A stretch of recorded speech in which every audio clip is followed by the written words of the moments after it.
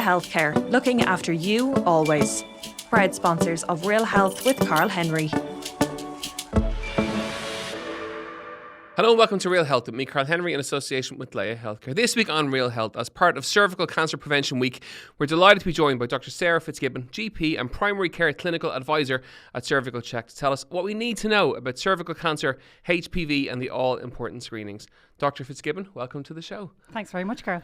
I'm looking forward to this one. It's a topic we haven't covered before, but it's really, really important. What's the general kind of public knowledge about cervical cancer and what do people know? So I suppose people have probably heard of cervical cancer, but a lot of people maybe are not quite sure who's at risk from it, or exactly the symptoms to look out for, or the best way to prevent it. So it is one of the cancers that can affect young women, and I suppose for that reason it has quite a big effect on any family that it touches. And that's why it's so important that we do everything that we can to prevent it. And of course, Vicky Phelan has, over the past X amount of years, has done incredible work for the awareness of it. And just watching her story has been heartbreaking.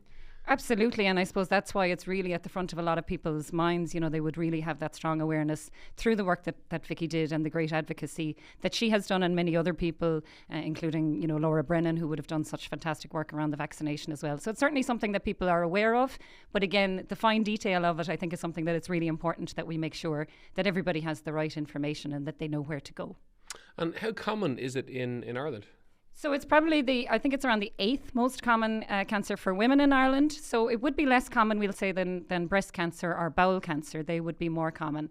But at the same time, around 300 women per year are diagnosed with cervical cancer in Ireland. And unfortunately, around 9 of those do pass away from the illness. And that again is, suppose, for those people who are found at a slightly later stage, we do know that it can be a little bit of a difficult cancer to treat. And again, coming back to why it's so important to prevent it. Okay, so it is preventable, but it's also in some cases curable, is it?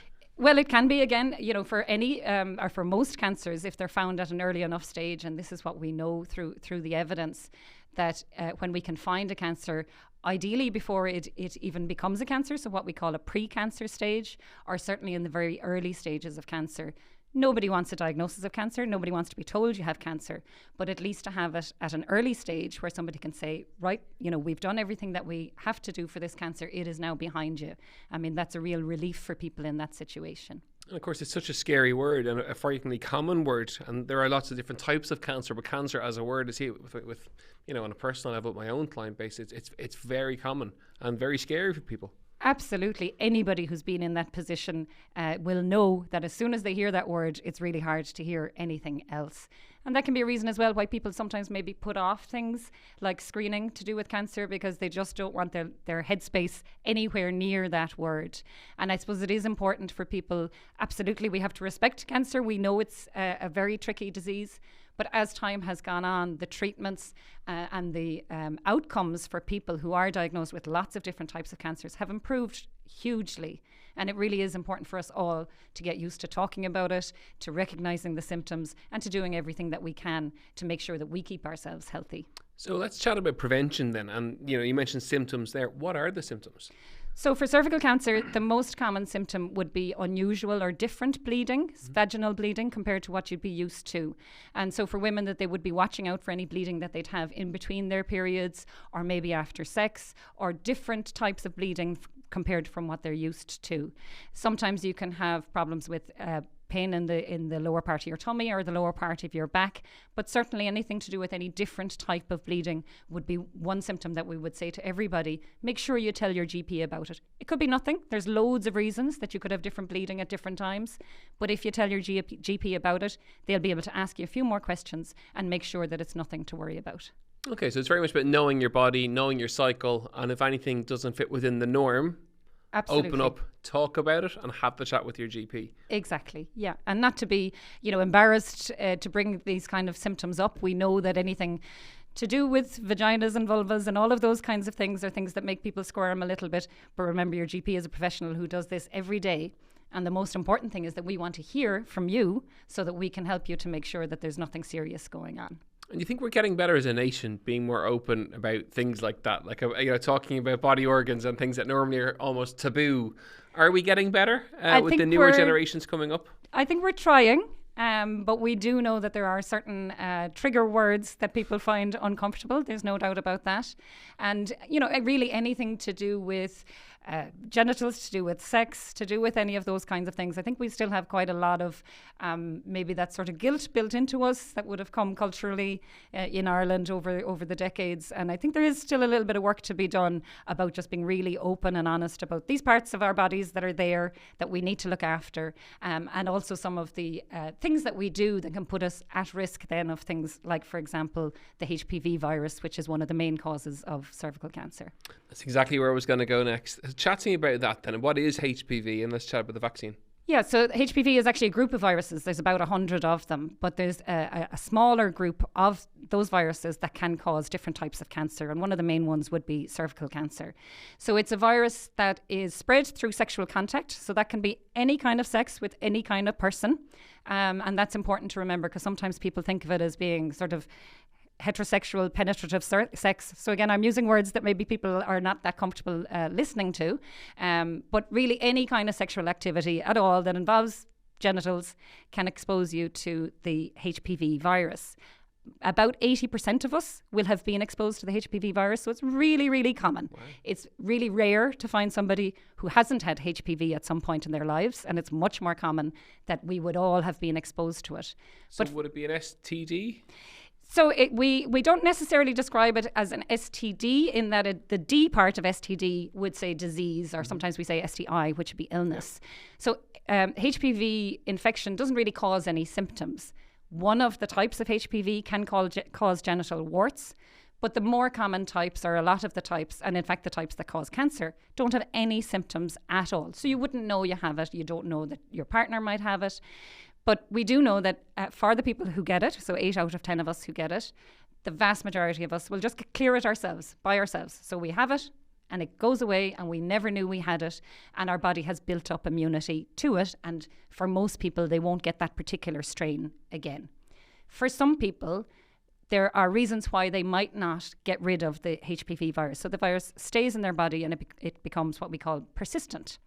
And it is persistent HPV that can cause cervical cancer, can cause changes in the cells of your cervix at the neck of your womb that can cause cancer.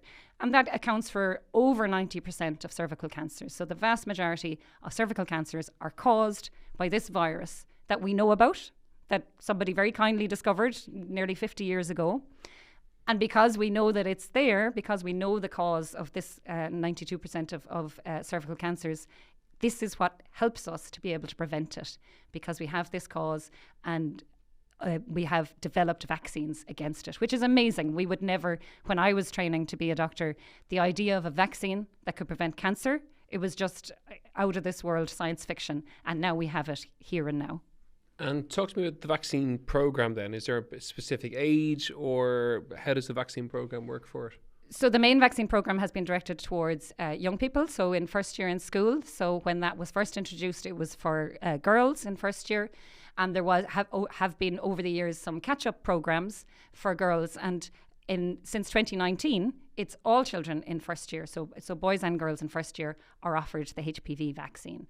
And just recently, in the last month or so, we have this fantastic catch-up campaign, which is named in honour of Laura Brennan, who we mentioned earlier. And this means that any women up to the age of 25 who, for whatever reason, wouldn't have had the HPV vaccine, during their school years, that free vaccine is available to them now. And there are a number of catch-up clinics around the country where people can just arrive, get their HPV vaccine and know that they're protected. And do you test for HPV? Yeah, so since 2020, the cervical screening test that we do in Ireland now is a HPV test, and that's in line with all of the countries around the world who are aiming towards this cervical cancer elimination, which is one of our goals. So the test that you have done, it's done in the same way as you would have had done before. So when you go to your GP or nurse, you have the test done in the same way. But when the sample goes to the lab, it's checked first for HPV to find out if you have it or not. If you don't have HPV, your risk of getting cervical cancer is tiny. We'd love to say it's zero, but it's very, very, very small. If you do have HPV, that doesn't mean that you have cervical cancer. It doesn't mean you're going to get cervical cancer, but it does mean that you're in this higher risk group that we need to look after a little bit more, that we need to be a bit more vigilant about. And in that case, if we find that you do have HPV, we check the cells on the slide. We ask you to come back for repeat tests if necessary. Sometimes we might need to send you for a colposcopy, which is an extra type of test that you have done in an outpatient setting. So there are all of these extra layers that we put in if we find that you do have HPV. But if you don't have HPV, you can be really, really reassured until your next test, which it would be due in 3 years' time if you're between the age of 25 and 30, or 5 years' time if you're between the age of 30 and 65. Folks, you're listening to Real Health with me, Karl Henry, in association with Laya Healthcare. A fascinating insight into cervical screening. Are people daunted by the test? Women presumably are, I would imagine. Yeah, so we know that some people really, really don't like having cervical screening done. And in fact, we know that a lot of women choose for whatever reason to not attend. And part of that can certainly be the fact that it's an intimate test. You know, you're having a stranger basically, put something into a part of you that you don't necessarily want them putting something into you. And people can be really put off by that. There is certainly a perception out there that it can be uncomfortable. And we do know, of course, for a lot of women, it's absolutely not their favourite thing to do. But it shouldn't be painful. And for some women, particularly maybe women who've gone through the menopause, it can be a little bit more uncomfortable due to hormone changes in the vagina. But there are things we can do about that. And it's really important, if that's the thing that's putting you off, or if there's any other questions that you have about the test that is putting you off, going to your GP or your practice nurse, giving them a ring and having a chat through about what it might mean for you or the reasons why you feel that it might be uncomfortable for you. There are lots of things we can do. There are medications that we can use for vaginal dryness. There are also different sizes of the speculum, which is the name of the instrument that we use. And there are different positions that people can go into. So there's loads of different things that we can do to make it more comfortable. I can imagine the Irish audience, as they listen, just kind of squirm in the corner at the mention of about 5 of those words that you just brought up there, between positions and instruments and everything else. I know. But it is important, though, to be able to have that chat. And the beauty of podcasts is you're in people's ears. It's very private, but you're able to say to them, look, if you have a concern, talk to your GP. There are options to get around maybe the reasons that you may not get the test done. Exactly. And again, these are not the kind of conversations you're necessarily going to be having at the kitchen table, but they are conversations that you can have with your GP or your practice nurse. And we are the people who really want to help you. What we do know is that of the people who are diagnosed with cervical cancer every year, around about 40% of them have never had a screening test. And that's really difficult because we know that people who are diagnosed when they've arrived with symptoms, as opposed to having a screening test done, that they're much likely to be at a later stage. And as we spoke about earlier, we know that if a cancer is found early, then the chances of a cure or a treatment that isn't going to affect you for the rest of your life is much easier. Whereas the later the cancer is found, the more difficult it can be for you and for your family. So while there's about 20% of people who don't attend for screening, the cancers tend to happen, as I say, about 40% of the cancers happen in that group of people who haven't attended for screening. Yeah. Okay, wow. And what does the treatment look like then? So if you have cervical cancer, how is that? Is it chemotherapy or is... So again, it very much depends on the stage. So for the very earliest stage of cervical cancer, it can be removed with some treatments in the colposcopy clinic. So even in an outpatient setting, you can have the cancer cells removed. For people who might be found at a later stage, very often it would be radiation therapy, chemotherapy. Surgery is less likely in those cases. But people who've had the experience of having those kinds of treatments, radiation therapy, chemotherapy, they know how difficult they are. They know how difficult those side effects can be.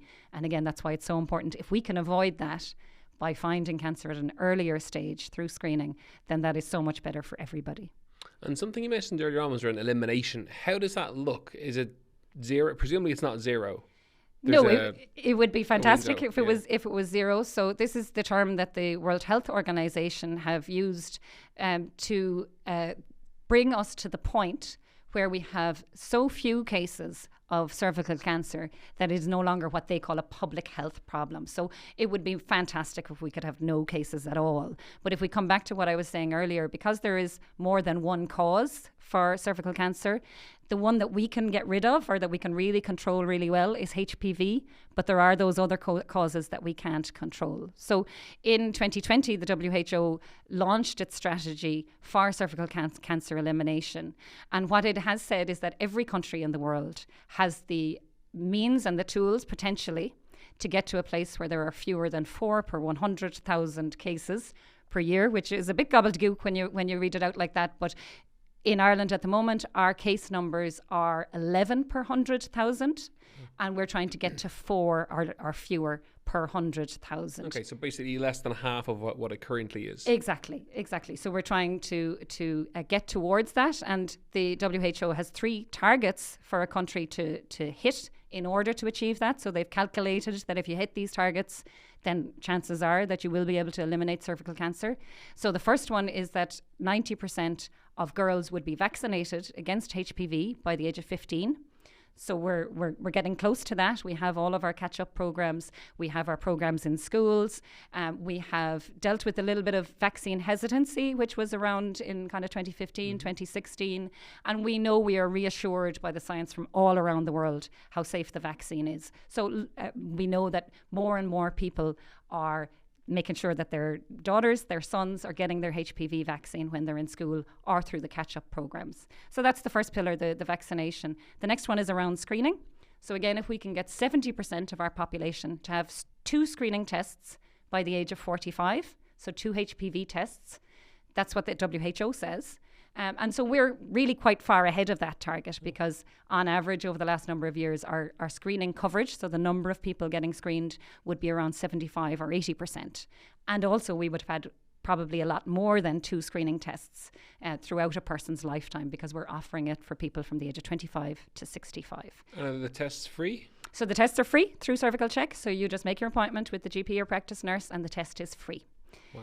And then the third strand of the WHO strategy is relation to treatment of cancer. So if we do find cancer, making sure that it's treated as well as possible, as early as possible. So that would be both for precancerous lesions and for cancer itself. And they're looking at 90% of people who are diagnosed with cancer to be treated in the correct way. And again, in Ireland, we're absolutely on that target. Because again, we're very lucky in this country that we have access to, good quality healthcare.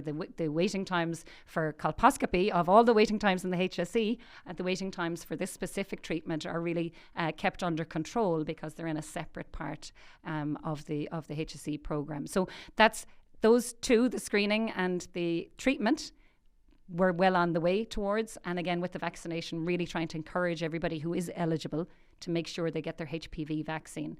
And what we're doing is we're working out the date at which we'll be able to say that Ireland will have eliminated cervical cancer. So we hope to be able to announce that date, the date that we think that we'll be able to get rid of cervical cancer as a public health problem is how they term it. And we're hoping to be able to announce that date towards the end of this year. Wow. Okay. Talk to me about self-sampling then. So this is something that has been tried out in a lot of other countries, particularly for people who might find it difficult to come for the traditional test that we were talking about in a GP surgery. So for a lot of people, the idea of coming in and having an examination, an intimate examination done in public, if you want, with your GP or your practice nurse is just too intimidating. And the idea of self-sampling is that you would take the sample yourself at home. So you get a test kit. In some countries it's posted out to you. In some countries you go to the GP practice and you collect it. You go home and basically you insert, it's like a little Q-tip or a cotton bud, and that you put into your vagina yourself, and then you send it back out to the lab and it's tested for HPV. So what we do know is that might not be suitable for everybody, but if it does reach some people who would never have a test otherwise, then it really probably is a good idea. So throughout this year, we're going to be looking at people's attitudes to self-sampling in Ireland, because what works in another country isn't necessarily going to be the right thing for the Irish population. So we're going to be doing some research around whether we think it would be something that people here would find useful, that they would use, that they feel that they would access screening in this way rather than in the traditional way. Because there are loads of advantages to coming in for your traditional test. You get a lot of opportunity to chat with your healthcare provider. They get to talk to you about other things. So, we would always be encouraging that in-person experience. But for some people, if there's no way they're going to have a test done unless they do it at home, then certainly self-sampling might be the answer. And for anyone listening in who may have lost confidence in the programme, so what would you say to them? So I suppose because of the science that we have now, specifically around the HPV, we're looking at a very different landscape in terms of cervical cancer prevention. The certainty that we can have around this connection between HPV and the most common types of cervical cancer, and the effectiveness of things like the vaccination, it really is, we're in a very hopeful place when it comes to, as I say, moving towards the idea of eliminating cervical cancer. So I can fully understand that people might have, queries or lack of confidence, but we are in a very different space now in terms of the science and the evidence around cervical cancer. Well, hopefully by, just having you on today, we've got a few more people who are ready to go for testing. If they are, just remind us again, where do they go? Is their website? Is it to their GP? Or what's the roadmap? Yeah, so you can check to see if you're on the register for cervical check. So that will see that the register has your correct details. What we do is that we send out invite letters to people to say, oh, your screening test is due, make an appointment to come and have it done. At the same time, if your screening test is due, you don't need to necessarily have the letter. So if you've lost the letter or you don't know where it's gone to, that's okay. You can check online on cervicalcheck.ie/check the register to see if you are on the register and when your next test is due. It'll tell you when it's due. And then you can make an appointment with your own GP or practice nurse, or for some people, they might prefer to go to a dedicated women's health clinic. What we would say is it's useful if you can always go to the same place for your tests. So whatever you decide to go for your tests, try and stick with the same place. Because we do know, obviously, it can be difficult sometimes to get appointments or at times that suit you. But if you have a little bit of opportunity to make sure that you get the appointment at a time that suits you, there's no rush. If you're a month or 2 months out, there's no problem about that. But it is really important just to remember, stick it in your diary. This is something that I must do over the next couple of months. And the goal is 2 tests by the age of? So that's with the WHO guidelines. Yeah. But in Ireland, what we do is we offer free tests as soon as you're 25. And then another one before you're 30. So every 3 years between the age of 25 and 30. And then every 5 years up to the age of 65. So actually in Ireland, you're going to be getting, on average, about 8 tests in your lifetime, which really gives you lots of certainty about, again, coming back to your risk level. If you get a result that says that you don't have HPV, then the chances of you getting cervical cancer in the next 5 years before your next test is due is tiny. Amazing. Well, it's been great to have you in today. Thank you so much for coming from all the way from Cork to be in studio. Same as myself. We really appreciate it. Great content, great information. I think it's a really important episode. Folks, that is it for another episode of Real Health with me, Karl Henry, in association with Laya Healthcare. You know where we are, at Karl Henry PT on Instagram, realhealth@independent.ie. I'll see you next week for more Real Health. Slán go fóill. Laya Healthcare, looking after you always. Proud sponsors of Real Health with Karl Henry.